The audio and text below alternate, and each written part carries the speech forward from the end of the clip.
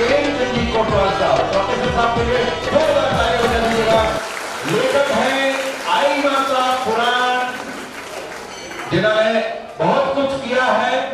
आई माता जी का आशीर्वाद है, संपूर्ण हिंदुस्तान में बहुत बड़ी बड़ी कार्यशालाएं आपने की है, हम सबके अग्रज हैं, अग्रणीय हैं और एक महती भूमिका के साथ में इस परिसंवाद के सिरमौर हो।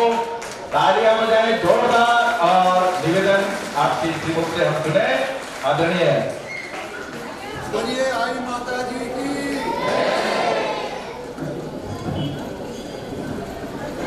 सभी बहनों, बेटियों, भाइयों को मेरा प्रणाम। मेरे बारे में काफी कुछ बोल दिया और काफी लोगों ने अपने अपने विचार व्यक्त किए।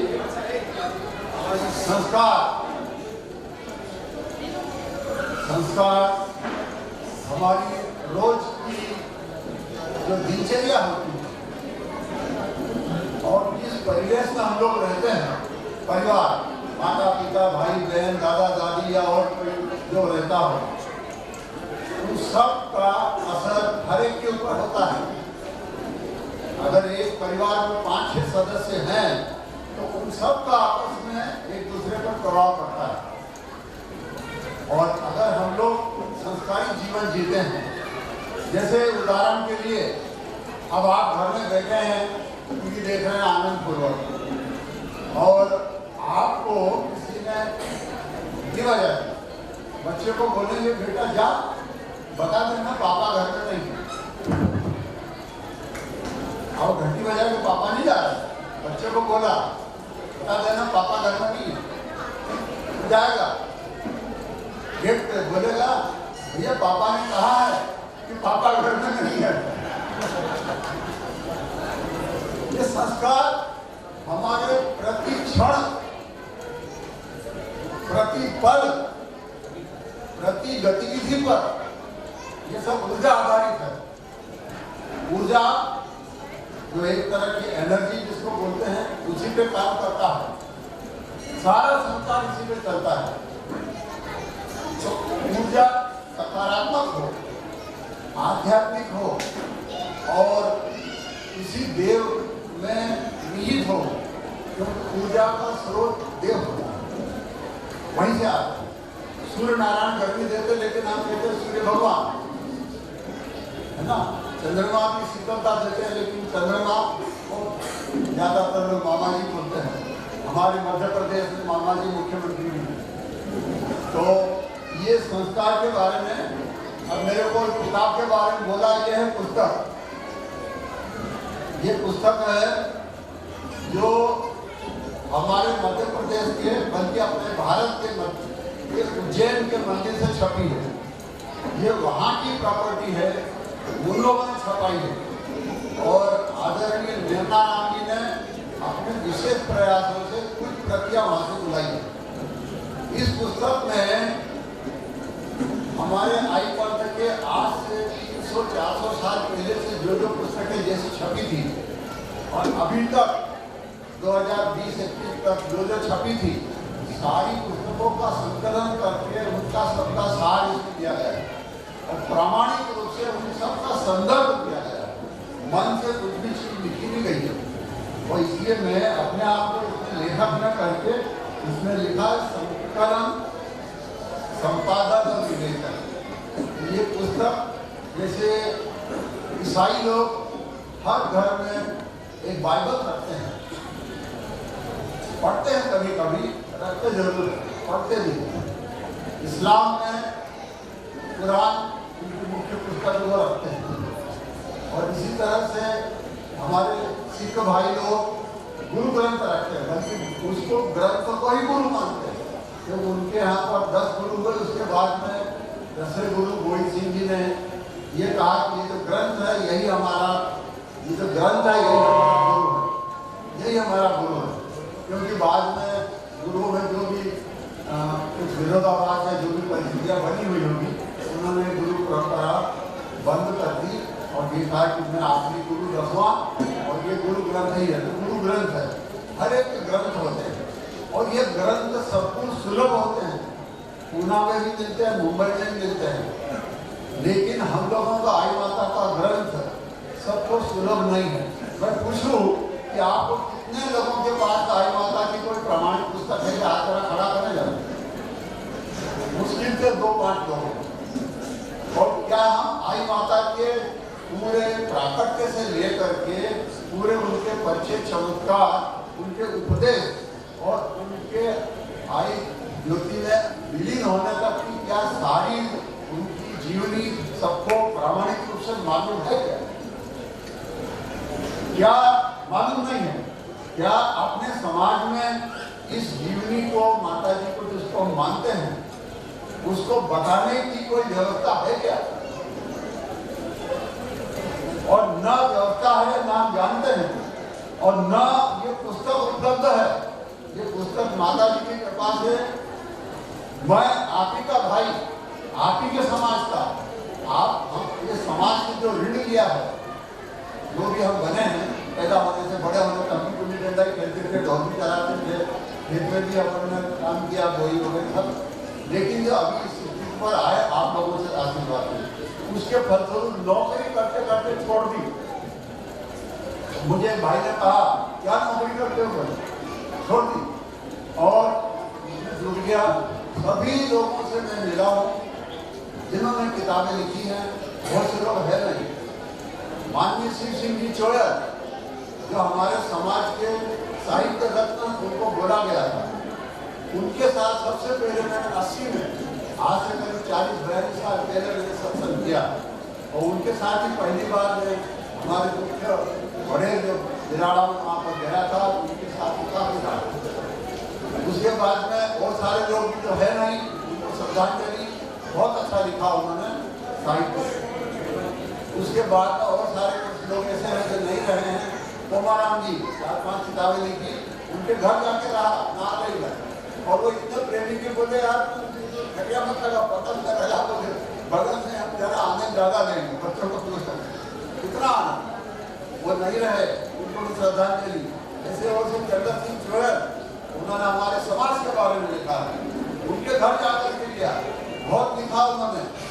और उन्होंने मुझे तो जो छपी किताबें अलावा मुझे जो नई किताब कंप्यूटर में मेरे अभी छपी नहीं है, कंप्यूटर की किताब ले जाओ, उन्होंने प्रिंट वो भी दिए है, उनको भी आप श्रद्धांजलि। और जो जीवित हैं उन लोगों से मैं मिला हूँ, सबसे मैंने चर्चा करी, उनका साहित्य भी अध्ययन किया है, बारीकी से अध्ययन किया। उसके बाद में किताब लिखी है। लेकिन कभी कभी क्या होता है कि अपन गेहूँ बीनते हैं, गेहूँ में कंकर, तो बीनने वाले को कहीं कहीं कंकर छूट जाते हैं, दूसरा देख लेता है। तो मैंने इस पुस्तक को भी लिखा है, तो मैं भी आह्वान भी करता हूँ, पुस्तक आप ले जाइएगा, अपने घर में जरूर रखिएगा। आई माता के उसमें जरूर 20 के दिन आई माता की हर 20 के दिन इकट्ठे होइए। मैंने कहा कि परिवार का है, 5 परिवार का, 4 का आपको प्रभाव पड़ता है। जब आप 100 परिवार का देखेंगे आई माता के मंदिर में, तब आप देखिए आपके ऊपर क्या प्रभाव पड़ता है, उनका समाज का क्या नाम होता है। एक मत आइए, उस दिन समाज के साथ आइए, हर 20 आई माता का चरित्र पढ़िएगा। ये पुस्तक है, जो आपके पास पुस्तक वो देखिएगा। पुस्तक इन्होंने 40 किताबें ला पाए, ज़्यादा आई 40 ला पाए। आप लीजिए, इसकी 500 रुपये की किताब है, बड़ा मूल्य रखा छपाई करके, 250 रुपये 1000 की 4 किताबें जो इन्होंने खरीद के लाए, आप जरूर रखिएगा। इसी की कीमत नहीं, इसकी कागज की कीमत, इसमें चीजें लिखी वाला है। इतिहास हमारा आई माता का, इतिहास हमारे देश का, इतिहास दुनिया का। कहते हैं ना, यदा यदा ही धर्म से ग्लानिर्भवति भवति भारत, तब माता जी आए। वो पूरा इतिहास, संसार में क्या हो रहा था, इस देश में क्या हो रहा था, मुगल लोग क्या कर रहे थे मुसलमान लोग, जानते ही आजकल बहुत बड़े देवता बड़ा चल रहा, मंदिर तोड़ो बनाओ, गाड़ी वगैरह, ज़्यादा नहीं बताता हूँ। इस तरीके से ये सब आई है। फिर हमारे सिद्धि समाज का इतिहास, फिर हमारे दीवान महाराजों का इतिहास, दोनों सफेद जाति और लाल जाति। और ये सब करने के बाद आई माता की जो हमारी पारंपरिक पूजा पद्धतियाँ, मारवाड़ी भाषा में आपको मंत्र है, मारवाड़ी भाषा में जो मंत्र हैं वो सारे किए हुए हैं। और आई माता के अलावा इसमें एक विशेष चीज आई हुई है, उसमें मैं ध्यान दूंगा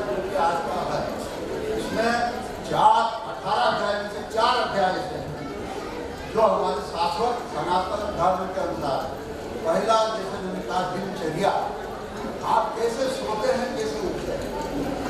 जब आप सोते हैं आप टीवी देखते हैं या मोबाइल देखते देखते सोते हैं, ऐसा कृपया बिल्कुल ना करें।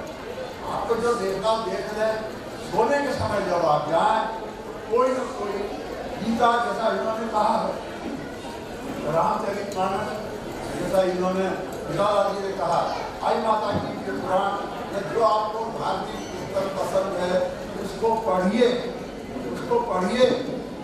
और पढ़ने के बाद में आप अपना आंख बंद कर दीजिए, इंद्री बंद कर दीजिए, मुंह बंद कर दीजिए, कान बंद कर दीजिए, दिमाग बंद करके सो जाइए। कुछ भी मत करिए, क्योंकि वो जो रात जो पढ़ा आपने, वो रात भर सूक्ष्म रूप में ऊर्जा के रूप में आपके दिमाग के माध्यम से, आपके हृदय के माध्यम से, खून के माध्यम से कण कण में हर एक प्रत्येक कोशिका में जाता है। और रोज अगर आप करते हैं तो आपका दिमाग देखिए, आपका प्रतिष्ठा देखिए, आपका शरीर स्वास्थ्य देखिए। दिमाग होते जाते हैं, दिमाग निगेटिव होते हैं, निगेटिव ऊर्जा आ गई, वायरस आ गया, इसको बात कहीं मतलब आता है जाता है। आज भी हम लोग प्रति सांस 1 मिनट में हम 14 बार सांस लेते हैं, 14 बार। पूरे 24 घंटे में करीब 22,000-23,000 बार सांस ले लेते हैं। बैक्टीरिया हमारे आता है, कौन पकड़ता है? क्योंकि हमारे पास है वो सकारात्मक ऊर्जा जाते पड़ता है। ये तो सृष्टि का नियम है। तो आप ऐसा करिए सोने का। जब उठते हैं तो आप सूर्योदय के पहले ही उठिएगा। सूर्योदय के बाद में तो पशु पक्षी गाय भैंस कुत्ता कोई भी नहीं उठता। सूर्योदय के पहले उठना जरूरी है। तो उठने के बाद ही ये मत करिए हड़बड़ाते हुए मेरी बैटरी कहाँ है, डीएनडी बैग खराब क्या है, वो मत करिए। उठिए, बैठिए, परमात्मा का आई माता का नाम लीजिए और दिल शांत रखिए। क्योंकि आपने 6-8 घंटा विश्राम किया अपने शरीर को, कम से कम 3 से 4 ट्रिलियन सेल्स हैं, उनमें कोशिकाएं आंतरिक प्रत्यंग में उपभोग सब कुछ है। तो सब विश्राम से एकदम से एक्टिविटी में आगे तो एक्साइट हो जाते हैं। दिन भर आप एक्साइटेड रहते हैं, साधारण नहीं होता, सहज नहीं होता।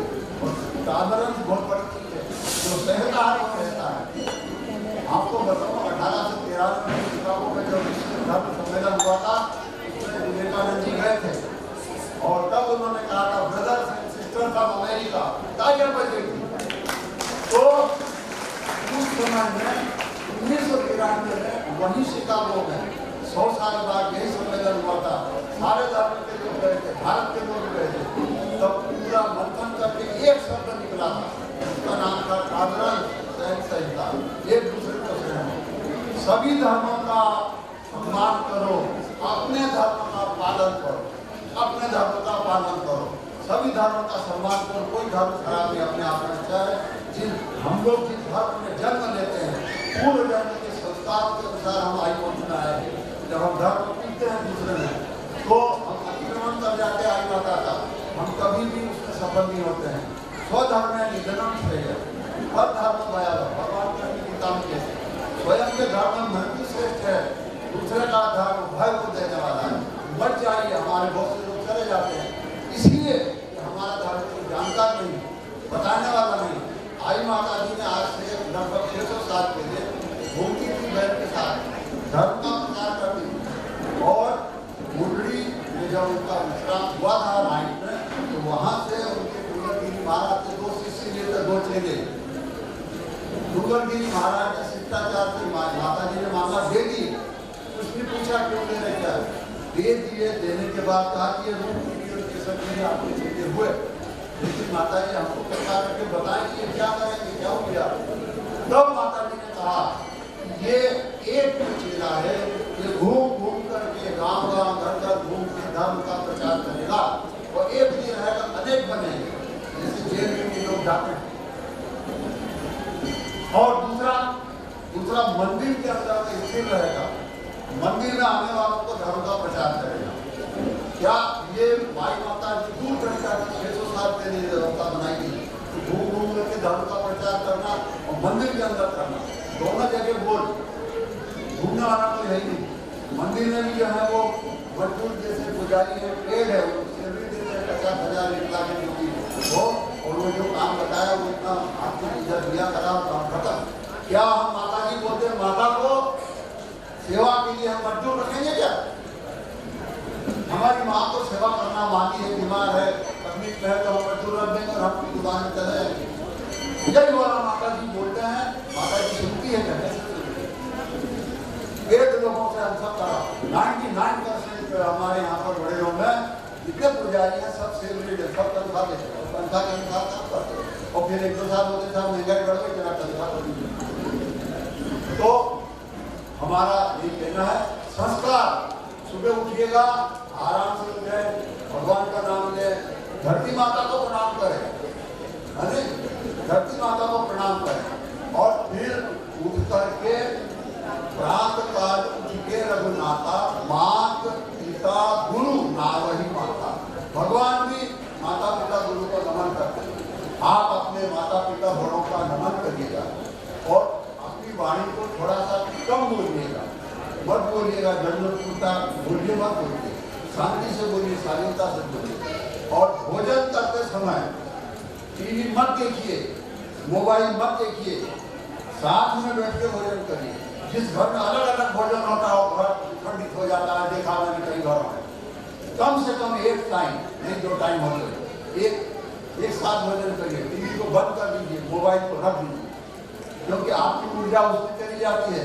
और अन्नम ब्रह्म, आप उस अन्न रूपी ब्रह्म को आप तिरस्कार करते हैं, वो आपके वहाँ पर गुणगुण करता है। और ये जवाब के संयम है बोलने के, सत्यम वद धर्मम चर सत्यमेव जयते, सत्य की बात हुई, सत्य ही ईश्वर, ईश्वर ही सत्य है। ये बात हो गई माता जी ने कहा। और खाने के लिए शाकाहारी खाइए, हम लोग शाकाहारी खाते हैं, लेकिन कलयुग का प्रभाव आ गया, बहुत से नशा करने लग गए, मांस वगैरह खाने लग गए। माता जी ने कभी कहा था जो तो मत मांस चढ़ाए। और आपको बताओ इस शरीर में एक चेतन आत्मा है मोटे मोटे रूप में, और एक ये निर्जीव शरीर है। जब ये चेतन आत्मा शरीर से बाहर हो जाती है तो कहते हैं कोतवाल साहब चलिए उतराव करो, उतराव करो, अभी तो दम है, निकल जाना। चेतन आत्मा ही शरीर को चलाती है। और जब हम झूठ बोलते हैं, जब हम मांस खाते हैं, जब हम दारू पीते हैं, तो चेतन आत्मा पे एक दाग लगता है। और हजारों बार जब ये करते हैं तो चेतन आत्मा पूरी डार्क हो जाती है, पूरी डार्क हो जाती है। जिस प्रकार से बादल आ जाता है सूरज की रोशनी में, ऐसे ही जिस तरह से एक हम जाए कांटे में कपड़े में एक धागा लग गया, कोई बात नहीं, फट गया, जरा सा है, ठीक है, कोई बात नहीं। दूसरी बार गया, दूसरी बार पूरा कपड़ा फट गया, पूरा शरीर टूटने लगा। ऐसे ही होता है। और यही पाप का बोझ आपको घटे में उतारता है, यही पाप का बोझ आपको बीमार करता है, यही पाप का बोझ आपके दिमाग को खुलने नहीं देता है। और हम उसी में घूमते जाते हैं, वैसे देते जाते हैं। कह रहे हैं कि माता जी के नाम पे जाओ, बिजनेस बढ़ेगा। बंद करने से या चालू करने से बिजनेस नहीं बढ़ता, माता जी के आशीर्वाद से बढ़ता है। आप माता जी का आशीर्वाद लेने जाइए और तो बढ़ेगा बिजनेस, ज़्यादा बढ़ेगा। करके देखिए आप 12 महीने की 12 बीत करके देखो, बढ़ेगा, बढ़ता ही, क्योंकि माता जी अपने पास कुछ नहीं रखते। तो दिनचर्या की बात है, खान पान की थोड़ी संक्षेप में बात करी। और आपको बताओ आजकल बहुत समस्या हो रही है, बहुत ज़्यादा अपराध हो रहे हैं। माता जी ने 600 साल पहले कहा था मातृ देवो भव, माता पर नारी माता जानो, और कन्या धर्म पढ़ाओ। ये समस्याएं बहुत हो रही है। अभी भी यही कहा है, ऐसा कोई काम न करे जिससे हमारी कोई समाज, हमारा परिवार या हम बदनाम हो। हमको कोई अधिकार नहीं हमारे माता पिता की जो भी प्रतिष्ठा है उसको गिराने का। जो भी प्रतिष्ठा जहाँ तक भी हमारे माता पिता हैं उसको या तो ऊपर ले जाए, वहाँ को नीचे गिराने का आपको अधिकार नहीं। अगर आप नीचे गिराएंगे तो आपको गिरेगा और परिवार भी गिरेगा। ये चीजें इसमें दिनचर्या की मैंने बताई। फिर इसमें योग की बात आई है। योग अब आप बताओ स्कूल के बच्चे, मैं प्रश्न पूछता हूँ, योग एक धन एक बराबर कितना होता है? एक धन एक बराबर कितना? बोलो, कोई नहीं जानते? 1 + 1 = how much? 2 या 3 तो बोल रहे, ओके। ये हमारी धरती का जोड़ है। लेकिन योग जो पतंजलि योग है, अष्टांग योग, उसकी मैं संक्षिप्त बात करूंगा। योग आत्मा जो मैंने कहा ना, और परमात्मा, आत्मा का परमात्मा में जोड़ 1 + 1 = 1 not 2, यह योग का मूल। और योग में अष्टांग योग है, 8 अंग हैं, 8। थोड़ा संक्षेप में बताऊंगा। यम, नियम, आसन, प्राणायाम, प्रत्याहार, धारणा, ध्यान, समाधि। अब यम 5 प्रकार के हैं। सत्य, अहिंसा, अस्तेय, अपरिग्रह, ब्रह्मचर्य। अब लोग कहते हैं कि साहब हमने योग कर लिया, ये आसन कर लिया, 1 घंटा योग कर लिया और सूर्य नमस्कार कर लिए, हाथ पे हिला हो गया। ये योग का एक छोटा सा हिस्सा है। ये जैसे आप हाथ खा रहे हैं, उसमें से आप 1 रोटी खाली वक्त खाएंगे, 1 रोटी का स्वाद आएगा, 1 रोटी का गुण आएगा, बाकी करनी आएगी। योग में सत्य, अहिंसा, अस्तेय, अपरिग्रह, ब्रह्मचर्य। क्या आप 1 घंटा योग कर रहे तो सत्य 1 घंटा बोलिए, 1 घंटा झूठ बोलेंगे क्या?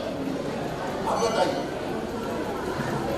इसी तरह से अहिंसा, मनसा वाचा कर्मणा, मन से, वचन से, कर्म से, किसी को दुख न देना, तकलीफ मत देना। क्या आप 1 ही घंटा करेंगे, बाकी 1 घंटा सबको 12 बजा के करेंगे? ये नहीं होता। तो योग तो आपको भगवान का कहते हैं, तस्मात् हे अर्जुन महात्मा, तस्मात् इसलिए सर्वेषु कालेषु योग युक्त भव। इसलिए है महात्मा अर्जुन, हर समय आप योग युक्त रहो। 12 महीने 32 घड़ी, 7 दिन 24 घंटे योग से ही तो हमारा शरीर चल रहा है। अगर वो योग वाला निकल जाएगा तो मैंने आपको कहा ना, थोड़े घंटों में आपको मिल पाएगा। योग करिएगा। इसी तरह से नियम है, इसमें सोच, संतोष, स्वाध्याय, तप और ईश्वर पांडा। स्वाध्याय वाली बात है, किताब पढ़े। सोच, सफाई, विचारों की सफाई, बोल की सफाई, कर्म की सफाई, कमरे की सफाई, हमारे व्यवहार की सफाई, पूरा साफ। सोच, संतोष, जो मिला प्रयास पूरा करें, जो मिला उसको संतोष करें। प्रयास 100%, जो भी कोशिश, पुरुषार्थ ही जीवन है और कुछ भी नहीं। पुरुषार्थ नहीं करता वो मरता है, पुरुषार्थ करता वो जीता है। तो पुरुषार्थ तो पूरा करिए, जो मिल जाए तो ठीक है। इस तरह से उसमें यम नियम है। फिर आसन का नंबर आता है, आसन का नंबर बाद में आता है और इसके बाद में आता है प्रत्याहार, आहार। आहार खाते क्या है? युक्त आहार विहार से, युक्त चेष्टा से, कर्म से, युक्त स्वप्नावबोध से, तस्मात् भवति योग। ये भगवान गीता में कहते हैं युक्त आहार विहार। युक्त हो, आहार हमारा युक्त हो, बराबर हो, समय से हो और शाकाहारी विहार तो हमारा व्यवहार होता है और चेष्टाएं हमारी वो भी युक्त हो। ये भगवान हिंदी बोलते गीता में लिखा हुआ है, आप पढ़ लीजिएगा। युक्त आहार विहार से, युक्त चेष्टा से, कर्म से, युक्त स्वप्नावबोध से, स्वप्न में भी युक्त रहे, ऐसा नहीं सपने में भी आपको गलत हो जाए। तो ये थोड़ा सा मैंने बताया आसन का, आहार का, और विरोधाहार नहीं करना चाहिए। नमक दूध वाला प्रोडक्ट है, नमक मत खाइएगा, कभी बहुत शरीर में रोग होता है। ऐसी बहुत सी चीजें हैं इसमें दिया हुआ है, पूरा दिया हुआ है चुपता में। और इसके बाद आसन, प्रत्याहार, धारणा। गुलेव जी ने बताया कि आप यहाँ नाक पे देखो, ये गीता में भी लिखा है।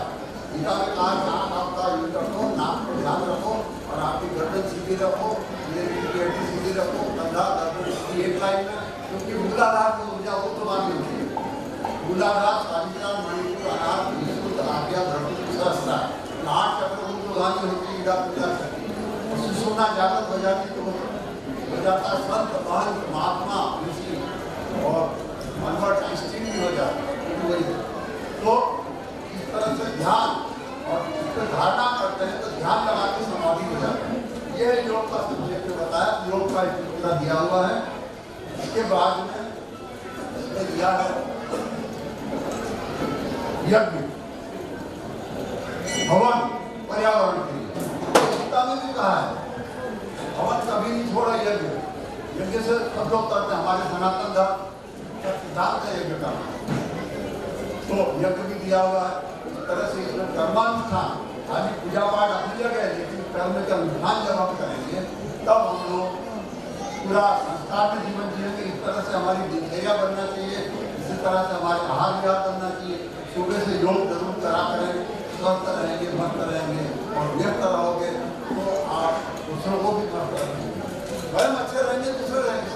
मान लो एक आदमी बीमार पड़ जाएगा, पूरा घर बेकार जाना, मादा पड़ जाए, ले जाना है अस्पताल, ले जाना पड़ा क्या पूरा घर क्यों बीमार करें, दूसरों को तकलीफ देते हैं। हम बीमार पड़ेंगे तो हमारे दूसरे तकलीफ वाले होंगे, तो हम दूसरों को तकलीफ न दें, इसलिए हम स्वस्थ रहें, योग करें, अच्छा रहें। तो हमारा ज़्यादा मैं नहीं लूँगा, ये एक पुस्तक छोटी सी मैं इसको ले जा रहा हूँ। उन्होंने कहा भी था कि संस्कार शुरू कहाँ से होते हैं, संस्कार पेट के अंदर से शुरू होते हैं, ये माँ के पेट से। उन्होंने कहा, उदाहरण भी दिया है अभिमन्यु का, फिर बचपन में होते हैं और उसके बाद में फिर ये बड़े बनते हैं। मतलब विवेकानंद, अब्दुल कलाम और बड़े बड़ों के चित्र हैं, गांधी जी वगैरह। ये छोटी सी पुस्तिका मैं ले जा रहा हूँ, इसका 2 भाग है, वो भी आपको नहीं रख देता हूँ, आप ले लेना। बहुत बहुत आपको धन्यवाद। समय की सीमा है, मैं तो प्रोफेसर आदमी हूँ, बहुत बोलता हूँ, बहुत